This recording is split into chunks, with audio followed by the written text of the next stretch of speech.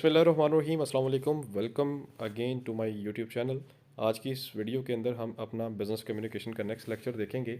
आज जो क्वेश्चन है बड़ा इंपॉर्टेंट क्वेश्चन है जी। वो कहते हैं जी, explain detail in verbal and non verbal communication. Verbal and non verbal communication basically one by one हम उसको देखते हैं जी।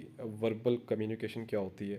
कहते हैं जी, verbal communication mean such as a communication that take place by the means of the languages or word. It's include the following content: oral and written communication. नहीं जी, ये ऐसी कम्युनिकेशन होती है जो कि या आप बोल के या किसी भी लैंग्वेज के अंदर या आप लिख के एक अगले बंदे को समझाने की कोशिश कर रहे होते हैं। That is known as a verbal communication. ठीक है। अब वर्बल कम्युनिकेशन में सबसे पहले आ जाती है जी स्पीकिंग, यानी स्पीकिंग आप बोलते हैं जी। In order to send the message in the business, speaking play a vital role, giving instruction, conducting interview, attending meetings, order sending order through the telephone calls are very common in today business. कि आप बोल कर भी क्या कर रहे होते हो, अपना मैसेज डिलीवर करते हो डिफरेंट मीडियम्स को यूज़ करके। Second one is the writing की बात कर रहे हैं जी। राइटिंग में क्या होता है कि आप लिख कर अपना मैसेज भेजते हैं। जैसे आप लेटर के थ्रू भेज रहे होते हैं, सर्कुलर के थ्रू भेज रहे होते हैं, रिपोर्ट्स के थ्रू, मेमोस के थ्रू, गवर्नमेंट की जो डिफरेंट फॉर्म्स होते हैं वो फिल करके, ये सारी की सारी चीज़ें आप रिटर्न में डॉक्यूमेंट्स बना के अगले बंदे के साथ भी शेयर करते हैं और कम्युनिकेशन कर रहे होते हैं। Third one is the listening. Listening में क्या होता है कि अच्छा, लिसनिंग के बारे में एक चीज़ बड़ी इंपॉर्टेंट है कि जो अच्छे स्पीकर होते हैं वो अच्छे लिसनर्स होते हैं। Good speakers are the good listeners. अगर आप अच्छे तरीके से सुन लेते हैं ना किसी की बात, तो आपको पढ़ने की ज़रूरत नहीं पड़ती। 70% आप चीज़ वहीं क्लियर कर लेते हैं। कहते हैं people in the business spend more time in obtaining the information then transmitting it. Listening is the very most important way to receive the information regarding the order to employees instruction rules regulations customer trend etc are obtained through the listening. But in listening, people generally forget 75% of the messages after a few days. Listening कहते हैं जी एक बड़ा अच्छा वे है, but लोग अक्सर औकात क्या करते हैं कि 75% ऐसे लोग होते हैं जो किसी का मैसेज सुनने के बाद ना भूल जाते हैं एक दो दिन के अंदर। इसीलिए वो कहते हैं कि अगर आपने पैगाम भेजना उसका रिकॉर्ड रखें आप अपने पास, और वो पैगाम रिटर्न में जाना चाहिए। चौथे नंबर पे आता है वो कहता है reading. Reading report, memo, policies, circulars, and different business statements are the essential for an organization. Reading involve understanding and interpreting the material. Reading भी बड़ा इंपॉर्टेंट है जी। रीडिंग जो है वो इसलिए यूज़ होती है कि आप अक्सर औकात रिपोर्ट, पॉलिसीज़ या सर्कुलर बनाकर भेजते हैं और लोग उसको पढ़ते हैं, और पढ़ने के बाद आपको आगे जवाब दे रहे होते हैं। ये था फर्स्ट पार्ट जी, जिसमें ये वर्बल कम्युनिकेशन था। अब नॉन वर्बल कम्युनिकेशन आ रहा है, वेरी इंपॉर्टेंट जी। कहते हैं it means the communication without the use of languages of the word. It include appearance, body languages, silence and its explanation is as follow. अब वो ये कहता है कि नॉन वर्बल कम्युनिकेशन एक ऐसी कम्युनिकेशन है जिसमें ना तो आप बोलते हैं ना कोई आप स्टेटमेंट यूज़ करते हैं, बल्कि आपकी action, reaction, body posture, gestures, आपकी अपीयरेंस की वजह से भी एक कम्युनिकेशन हो रही होती है। जैसे आपके बोलने के स्टाइल जो होता है, आपके बात करने का, आपके उठने और बैठने का, ये भी आपकी पर्सनालिटी के अंदर ये चीज़ें शामिल होती हैं, और ये नॉन वर्बल कम्युनिकेशन भी होती है। फॉर एग्जांपल, अगर एक बंदा बड़ा ही फ्रेश होकर आया हुआ है घर से, रेडी शेडी होकर ऑफिस में, it's mean he is happy in with his life. अगर एक पर्सन जो है वो हो सकता है बड़ा रफ किस्म के अपीयरेंस में आया हुआ है, और उसके बाद क्या होता है कि किसी बंदे के साथ उसकी नहीं लग रही, तो इट्स मीन कि वो घर से हैप्पी नहीं है, वो अपनी बेगम से या किसी भी बंदे से झगड़ा करके आया हुआ है। ठीक है। अब देखते हैं जी, इसमें सबसे पहले आता है जी आपका facial expression. Facial expression eyes are helpful mean of the non verbal communication. They reveal hidden emotion such as anger, confusion, enthusiasm, fear, joy etcetera. Facial expression जो होते हैं बेटे किसी भी इंसान के, वो कम्युनिकेशन का बेटर रोल। अक्सर लोगों के 12 बजे होते हैं मुंह पे, क्यों? कुछ गड़बड़ की होती है उन्होंने। कुछ लोग ना अंदर अंदर से खुश होते हैं, और बड़े अजीब से उनकी आंखों के इशारे ऐसे होते हैं कि जो देखने वाला होता है बाज़ औक़ात वो समझ जाता है कि इसने आंख ऐसे निकाली है तो इसका मतलब मुझे रुक जाना चाहिए। अगर उसने आंख बड़ी मुसरत अंदाज में अगर उसने आपको देखा है, तो it's mean he is in a cool mind. Second one is the gesture, posture and movement की बात कर रहे हैं। Postures means the language primarily composed of the hand and figures. These are your postures. ठीक है जी, आप हाथों की उंगलियों का इस्तेमाल करते हैं बातें करते हुए, तो ये आपके अच्छे पोस्चर्स होते हैं।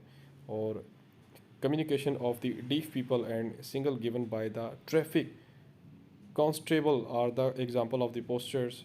Gestures and body movement also indicate many things. Shaking and hand with the uh, firmness indicate a warm relationship. Moving back and forth reveals the nervousness. अब वो नेक्स्ट वन वो कहता है कि अक्सर औक़ात आपके जो जेस्चर, तो मैंने पोस्चर्स भी आपका ये होता है जी, आपके उठने बैठने का स्टाइल, आपके बात करने का। अक्सर औक़ात आप क्या होता है कि उठते बैठते हुए थोड़ा सा कन्फ्यूजन का शिकार होते हैं। अगर आप ठीक नहीं करते तो इट्स मीन कि आप थोड़ा सा कन्फ्यूज़ हैं और आप अपनी बात जो है वो सही तरीके से आगे डिलीवर नहीं कर पाएंगे। अब ये था हमारा basically verbal and non verbal communication. बेटे इंपॉर्टेंट क्वेश्चन है और ये पेपर में आता भी होता है, ठीक है।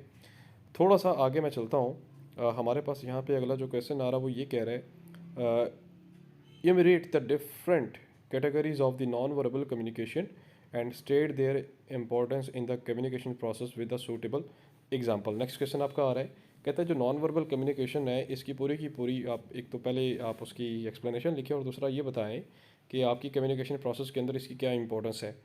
कहते हैं कम्युनिकेशन में be a verbal, written, spoken, symbolic usually word, or it may be a non-verbal without word. Non-verbal messages are the sometimes more clear, accurate and effective as compared to verbal communication because they are the internationally used and understood. Non-verbal communication may be divided into the following three categories: appearance, body silence, time and sound। देखते हैं जी। कहता है बाज़ औक़ात जो आपकी non verbal communication होती है it's a better than your verbal communication and it has a three components. Let's discuss one by one. सबसे पहले आपका इसमें आ रहा है अपीयरेंस। अपीयरेंस जैसा कि मैंने ऊपर आपको ये बताया था कि आपका जो बोलने का जो अंदाज़ होता है, जो रिटन आप जो चीज़ अपीयर कर रहे हैं, पेश कर रहे हैं, वो अच्छी होनी चाहिए। अब इसमें सबसे पहले रिटन मैसेजेस आ रहे हैं जी। आपकी अपीयरेंस में आप मैसेजेस कैसे लिखते हैं, क्या साइज़, क्या कलर, क्या वेट, क्या पोस्टेजेस एंड क्या लेटर्स होंगे जो कि आपकी अपीयरेंस को अच्छा बनाते हैं। अक्सर औक़ात कुछ लेटर्स होते हैं ना, जैसे शादी के कार्ड आ रहे होते हैं, कुछ तो सिंपल होते हैं, कुछ बड़ा फैंसी स्टाइल के होते हैं। So this is your appearance letter की, जो कि अगला देखने वाले को इम्प्रेस कर रहे होते हैं। स्पोकन मैसेजेस वो ये कहते हैं कि personal appearance of the speaking, clothing, jewelries, hair style, neatness etcetera may tell about the age, sex, occupation, nationality, social, economics, and job status.